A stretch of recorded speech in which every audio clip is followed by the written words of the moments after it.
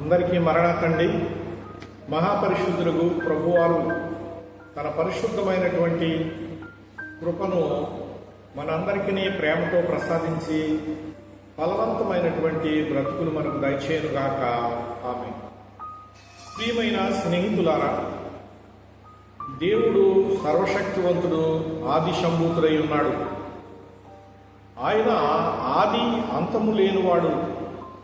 ఈ భూమిని తనకు పాదపీఠముగాను, ఆకాశమును తనకు సింహాసనముగాను, ఆకాశ మహాకాశములు పట్టజాలని మహా తేజస్సును ఆయన కలిగిన వారై ఉన్నారు. ప్రియులారా, అట్టి మహిమాస్వరూపుడగు దేవుని దేవదూతలే సంపూర్ణముగా ఆరాధించలేరు. దేవదూతలు పరలోకమందు దేవుని ఆరాధిస్తున్నప్పటికీ సంపూర్ణమైనటువంటి స్థితి లేదు అక్కడ. ప్రియులారా, అందుకే తన పోలికలో ఉన్నటువంటి మానవులు ఆరాధించాలని దేవుడు ఆశపడ్డారు. ప్రియులారా, మనము దేవుణ్ణి ఆరాధిస్తే దేవుడు మనకి ఏమిస్తారు అన్నట్లయితే ఆశీర్వాదం ఇస్తారు. మరి ఆశీర్వాదం ఏం చేసుకుంటాం అంటే, ఆశీర్వాదం ఉన్నవారు ఆయన రాజ్య సింహాసనం దగ్గరకు వెళ్ళగలరు. ఆయన సిద్ధపరిచినటువంటి స్వాస్థ్యాన్ని అందుకోగలరు. ప్రియులారా, అందుకే భూమి మీద మానవుడు జీవించినప్పుడు ఆశీర్వాదం పొందుకోవాలి. ఇది ప్రభు అయిన క్రీస్తుని బట్టి అనుగ్రహించబడుతూ ఉంటుంది. ప్రియులారా, సర్వోన్నతులకు దేవుడు ఆయా కాలముల యందు భక్తులకు ఆయన కనబడుతూ వారిని ఎంతగానో ప్రేమిస్తూ వారితో మాట్లాడుతూ వాగ్దానాలను ఇస్తూ ఆశీర్వాదాలను ఇస్తూ ఎన్నో ధన్యతలతో తృప్తిపరిచిన వారై ఉన్నారు. అలాగే ఈ సమయంలో మహారాజైన దావీదుని గురించి దేవుడు పలికిన ఒక మాటను విందాము. ప్రియులారా, కీర్తన గ్రంథము 32వ అధ్యాయము 8వ వచనమును మనం చూసినట్లయితే, నీ మీద దృష్టి ఉంచి నీకు ఆలోచన చెప్పెదను అని సర్వోన్నతుడైనటువంటి దేవుడు రాజైన దావీదు గారితో మాట్లాడుతూ ఉన్నారు.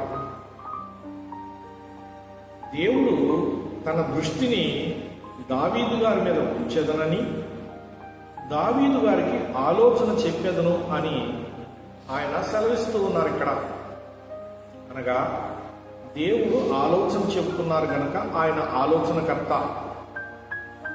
దేవుడు ఇక్కడ నరుని మీద తన దృష్టిని ఉంచారు గనక ఆయన సమస్తమైనటువంటి జీవరాశుల ఎడల దృష్టి ఉంచుతున్నటువంటి వారై ఉన్నారు.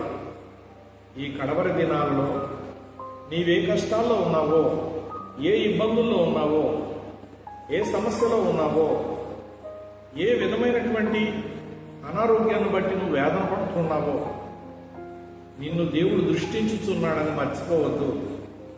నీకు ఆలోచన చెప్పడానికి వస్తున్నారు.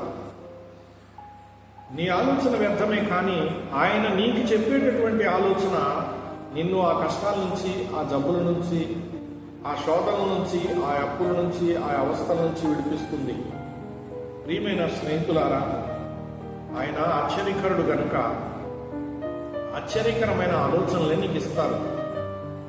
ఆనాటి రాజైన దావీదు గారికి దేవుడిచ్చిన ఆలోచనలను బట్టే కదా రాజ్యాన్ని చక్కగా నిలబెట్టుకోగలిగారు. ప్రియమైన స్నేహితులారా, గొర్రెల దొడ్డిలో గొర్రెలను కాసుకుంటూ ఉండేటటువంటి దావీదును దేవుడు ఆలోచన చెప్పి దృష్టించి ఘనమైనటువంటి వ్యక్తిగా నిలవబెట్టారు. ప్రియులారా, నీ మీద దేవుని దృష్టి ఉన్నప్పుడు దేవుడు నీకు ఆలోచనకర్త అయి నీ బ్రతుకును మారుస్తారు, నీ స్థితిని మారుస్తారు. ప్రియ స్నేహితుడా, నీవు ఆయన వైపు నిరీక్షణ కలిగి చూడవలసిందిగా నేను ప్రభు పేరట నీకు మనవి చేస్తూ ఉన్నాను. అట్టి ప్రభు అయినటువంటి దేవుని దృష్టి మన మీద కుమ్మరించబడినప్పుడు మన కుమ్మరాలన్నీ కూలిపోతాయి, మన బ్రతుకులు సరవుతాయి, సమస్త శోధనలో జయం అనుగ్రహించబడుతుంది. అట్టి ప్రియుడైన ప్రభువుకు మనం చిన్నగా మనవి చేసుకుందామండి. మహాపరిశుద్ధుడైన మా ప్రియాతి ప్రియమైన పరలోకపు తండ్రి, మీ పరిశుద్ధమైన పాదాలకు మా హృదయపూర్వకమైన వందనములు సమర్పణ చేసుకుంటున్నాం. అయ్యా, నీవు నరులను దృష్టించువాడవు, అలాగే ఆలోచన చెప్పువాడవై ఉన్నావని, లేఖనాలే ప్రభువా సాక్ష్యమిస్తూ ఉన్నాయి. ప్రభువా, ఇదిగో మేము లేఖనాలను గౌరవిస్తూ నీ మాటలను మనసులో భద్రపరచుకుంటూ మనసారా నిన్ను వేడుకుంటూ, ప్రభువా, ఈ లోకంలో నీ తట్టు చూస్తున్న ఈ బిడ్డలు, దిక్కుతోచన నీ బిడ్డలు, శోధనలో, వేదనలో, వ్యాధిలో, బాధలు నలుగుతున్న నీ బిడ్డలు ఎందరో ఉన్నారు. అట్టి వారికి నీ సహాయం ఇచ్చి వారిని దయతో వర్ధన చేయమని యేసు క్రీస్తు పేరిట వేడుకుంటున్నాను పరమ తండ్రి. ఆమేన్. అందరికీ మరణాతండి.